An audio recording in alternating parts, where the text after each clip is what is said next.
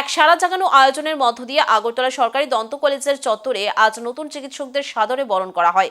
উপস্থিত ছিলেন রাজ্যের মুখ্যমন্ত্রী প্রফেসর ডক্টর মানিক সাহা। একটা সময় ত্রিপুরা রাজ্যে পড়াশোনা করে চিকিৎসক হওয়াটা সত্যি সত্যি কঠিন ছিল। যখন দেশের বিভিন্ন রাজ্যের ছাত্রছাত্রীরা মেডিকেল পড়তে যেতেন তখন মা বাবাদের অনেক উৎকণ্ঠার মধ্যে থাকতে হতো। তবে বর্তমানে পরিস্থিতি বদল হয়েছে। কথাগুলোর বক্তা রাজ্যের মুখ্যমন্ত্রী প্রফেসর ডক্টর মানিক সাহা।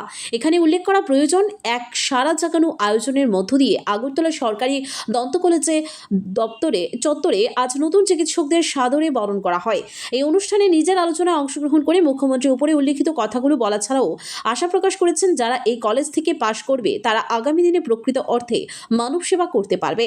পাশাপাশি মুখ্যমন্ত্রী দাবি করেছেন, ত্রিপুরা রাজ্যের মতো জায়গায় ডেন্টাল কলেজের পথ চলাকে বিশেষ বিষয় হিসেবে চিহ্নিত করা যায়।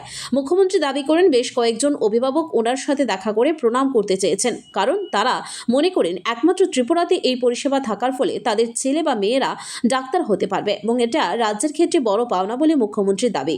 পাশাপাশি সকলের সম্মিলিত প্রয়াস, উদ্যোগ এবং পরিকল্পনার সফল বাস্তবায়নের মধ্য দিয়ে বিকশিত ভারত গড়ে তোলার স্বপ্নকে আক্ষরিক অর্থে বাস্তবায়িত করা যাবে বলে দাবি করেন রাজ্যের মুখ্যমন্ত্রী।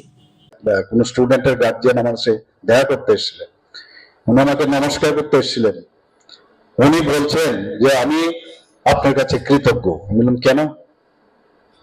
বলে আমার যে ওয়ার্ড আছে সে এবার বিডিএস এ চান্স পেয়েছে।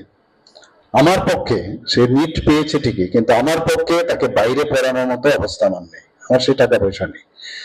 কিন্তু আপনি খোলাতে আজকে আগামী দিনে সে ডাক্তার হতে যাচ্ছে, এর জন্য আপনাকে নমস্কার করতে আসলাম।